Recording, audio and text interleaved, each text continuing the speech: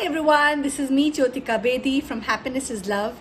We are a community organization. We are a support group for parents, teachers, teenagers, professionals, educators, everyone, so that we can all lead more happier, meaningful and purposeful lives. And what is the goal? The goal really is to help ourselves and each other develop the right tools, techniques, and let's call them skills to connect better, to understand each other better, and create more happiness and joy. And we are all going through testing times, we're going through challenging times. However, we believe that there is light at the end of the tunnel. And let's also focus our attention on the positive aspects of the human mind. We have to focus on the importance of human connection, importance of being resilient, on the importance of hope, gratitude, positivity, and happiness.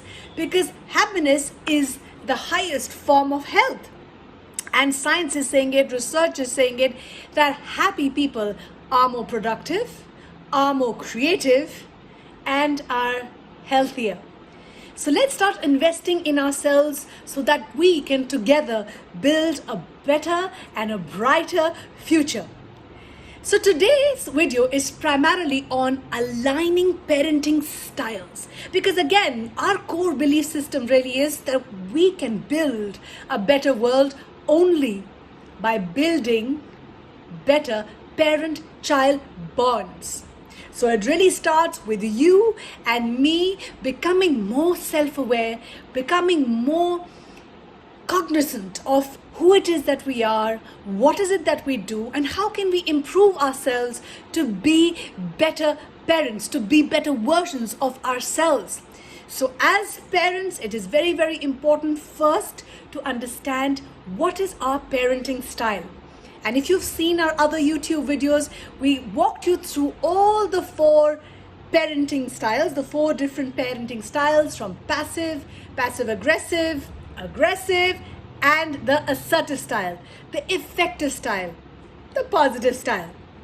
And again, there is no judgment on anyone. I've been guilty of the same, from being a passive parent to oscillating between passive-aggressive and aggressive, to now learning daily, because we're all work and learn, on what does it mean to be an assertive parent. What does it mean to be on the same page as your husband so that your goals, your parenting goals are aligned. So that's why I thought that we're going to make this video. I hope it helps you to understand, to get a sneak peek into what are your goals and how you need to sort of set them so that you are aware of the kind of child that you want to raise. And make sure that we don't have conflicting views on the values that we hold, and we complement each other. So for me and my husband, our goal was very clear. We have 3 children, and when we were pregnant with our firstborn, Arjun, we had a conversation that we need to make sure that we raise responsible, happy, healthy, hardworking, and honest children. So it's very important to have that compass. Only then you know that you have a goal that you're going to chase. So we were clear on our parenting goal, and guess what? It started from us modeling these 5 key attributes and qualities ourselves. And there are times that we falter, there are times that we make mistakes, because parenting is about constantly learning, growing, and supporting each other. And it really starts with your marriage, because marriage is primarily a partnership. It's a collaboration. So Sandeep, my husband, and I had this very open and honest conversation, and we keep revisiting this conversation now that we have 3 children, that are our goals aligned? Is there anywhere where we can support each other, help each other? What are the areas that need a little bit of improvement? We also pat ourselves on the back when we see that our children are demonstrating the values that we hold close to our heart. So I would encourage everyone who's watching this video to have that conversation with your spouse. Sit down, have a nice, open, honest conversation on what are your goals, so that We are aligned on our parenting styles. We hold the same values and the same worldview. So let us understand from a research perspective, sustained intimate relationships are usually the greatest opportunities for our personal and our emotional growth and development. And there will be challenges that we face. However, it is very important that we understand what is it that we want out of our children. Because what do children really need? Children need both affirmation and parental influence. And believe me, research is saying it, science is saying it, that parents have the greatest influence on their children. It is not social media, it is not society or the school as much as parents. So parents, my plea to you is, please recognize that you have the greatest impact on your child, and both parents play a very, very vital role.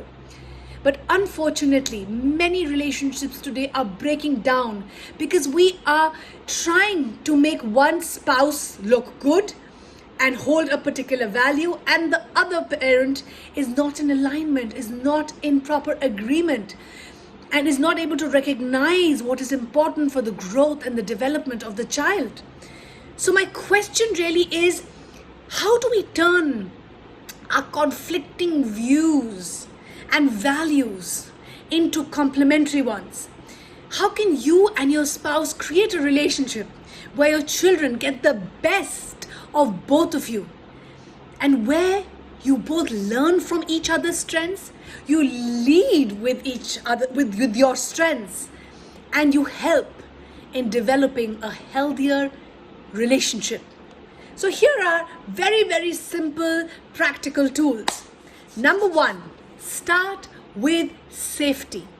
Help your spouse know that you value what he or she is trying to do, because again, the intention is good. Intention really is to look at the greater good of all. So what is it that you need to do?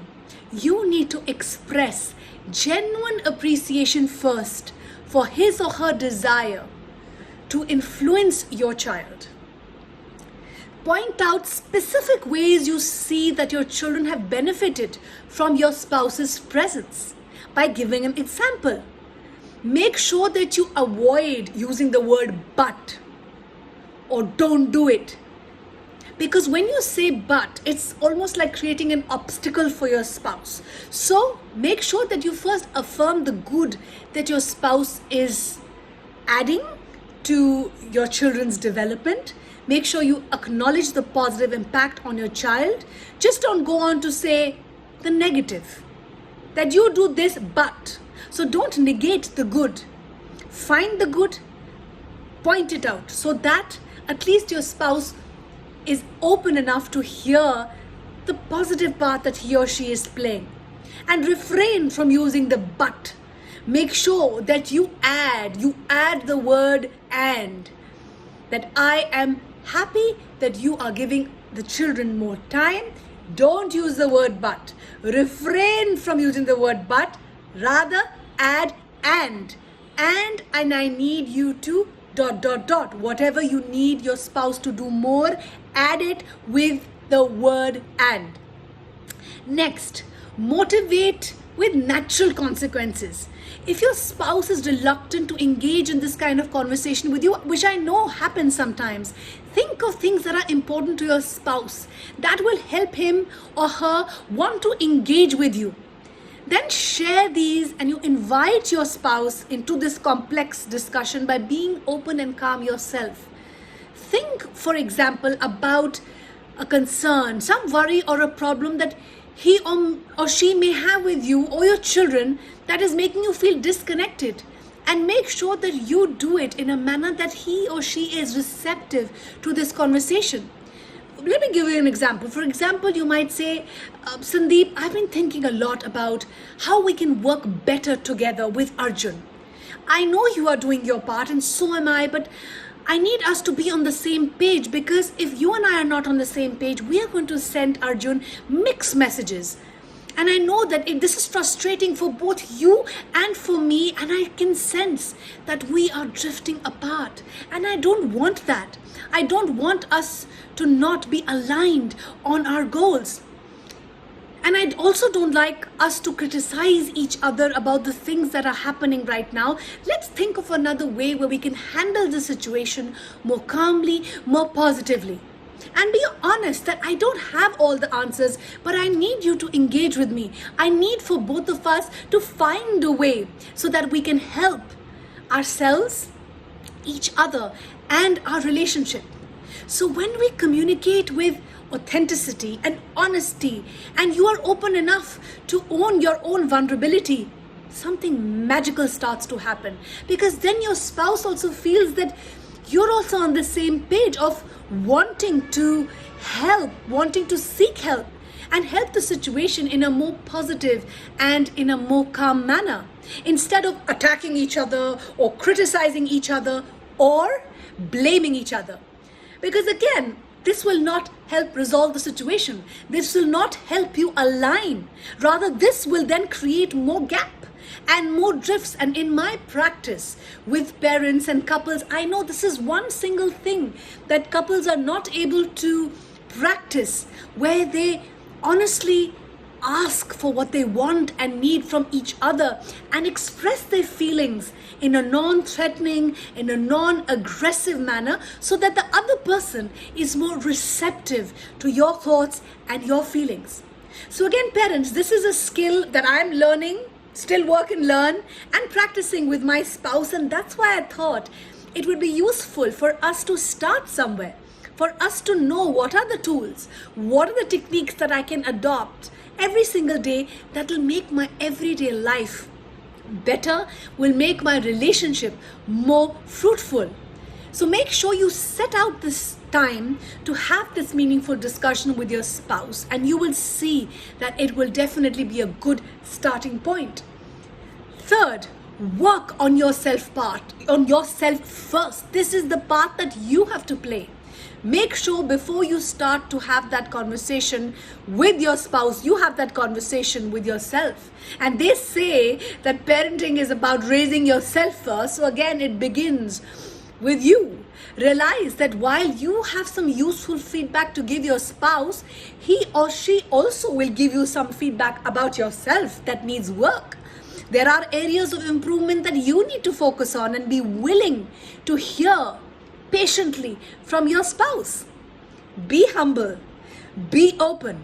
Don't get defensive in your conversation, because if you will be reacting, you will not be resolving the solution. So you can say something like, I'm sure there is merit in what you're saying. I'm feeling a little defensive right now, so I'm going to need some time to think about it, just in case your spouse says something to you and you feel a little overwhelmed. So all you need to do is just communicate this, that I'm feeling defensive right now. I think I need some time to think about what you're saying. I'm receiving your feedback. Can I get back to you, and can we talk about this later? So that you are again showing that you are open to this conversation. You are open to the suggestions that you have just received. It's just that you need to practice the pause. You need to self-reflect. Go back, go within and introspect and reflect, and then go back to your spouse to have this conversation. And again, if you want your spouse to also come from a place of empathy and understanding, you'll have to model it yourself. You will have to give your spouse the benefit that, yes, I've also received some feedback, may not be the most positive. However, I need to work on myself first. Because again, like I said, it is a partnership. It is a collaboration. You are contributing to the best of your ability, and so is your spouse. And you need to recognize the part that your spouse is playing, the part that you are playing. There are parts that need work from your end first. In fact, just this morning, my spouse gave me feedback that I made a joke which was a bit hurtful to our child. And I completely agree with him. I was trying to be goofy and funny, but again, you have to know the line. And I think I crossed the line, so I owned up. I recognized my own flaw, I recognized my own mistake, and I went back to my child and I apologized. This is the greatest way of earning your children's respect and your spouse's respect, that you own up when you make a mistake. And you are not quick to attack others when they make a mistake. So again, we are all work and learn. This is a partnership. We have to work together as a team if we want positive change. If you both work on yourself, you will see that you will be the best tag team ever. You will root for each other, you'll support each other, and you will help each other. So the last tool is organize yourself, organize your thoughts, organize yourself in a manner that you are ready for the long run. Have expectations, but have realistic expectations. If both you and your spouse have habits that have been nurtured over a lifetime, they aren't going to change just by one conversation. So make sure this requires daily work. It requires daily practice, and it requires your commitment, and it requires ongoing conversations, because there's nothing that you can do except work on yourself first. So make sure that you frame the conversation as a starting point, then agree on ways that you can help each other, and then stick to your commitments that you make towards your parenting goal, so that you and your spouse are both aligned. You are on the same page because you are on the same team. There is no divide. And then you support and encourage one another. Pat yourselves back on the good that you do. Don't jump into just criticizing and attacking each other, because this is what we are mostly guilty of, including me. And again, this video is really a reminder that be patient with your progress, praise progress, make sure that you stick to your commitment and you follow it through. Make sure that whatever success you've had, you complement one another, because you're growing together. And this is the greatest gift you both can give your children.